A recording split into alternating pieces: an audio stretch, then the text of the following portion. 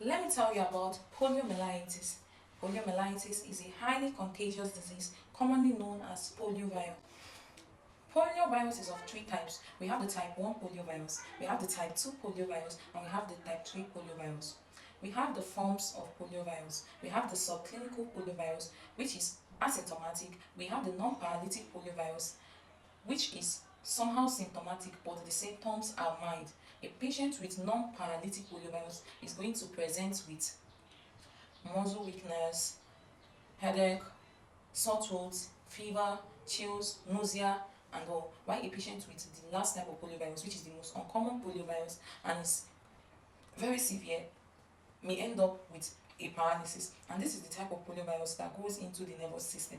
Now, patients with this paralytic poliovirus may complain of stiffness of the neck, muscle spasm, and joint pain, and all. And once you see this kind of symptom, it is important to question poliovirus, and especially the paralytic type of polio. Now, this paralytic poliovirus also have its own forms. We have the spinal polio. The spinal polio is the type that affects the limbs. We have the bulbar polio. The bulbar polio is the type of polio that affects the throat and breathing too.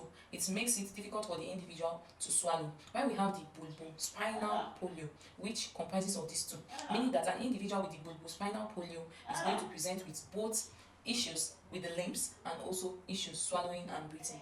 So it is important to note this. It is also important to know how this virus is being prevented, and the most important means of preventing this virus is through vaccination. Now you would ask yourself, what is this polio vaccine?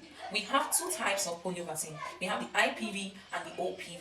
The IPV is known as the inactivated polio vaccine, and in the IPV, the polio virus has been completely killed, while in the OPV, it is known as oral polio vaccine, and here the polio virus has been weakened so as not to be able to exert its effect. The IPV is injectable, while the OPV is given through the mouth.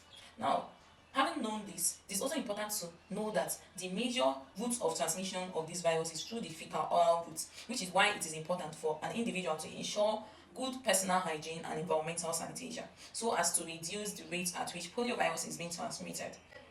Provide travel recommendation for individuals that are traveling to environments where poliovirus is persistent. Such individual needs to take the polio vaccine before going to that kind of environment. And with this, we've came to the end of this very beautiful lecture on poliovirus. I do hope you've been able to learn and you can see one or two about polio and how to prevent it. Please follow me on my subsequent video where I'll be telling you about other kinds of viruses and how to prevent them. Thank you very much. Don't forget to like and subscribe to my page. Thank you. Bye. You can also share.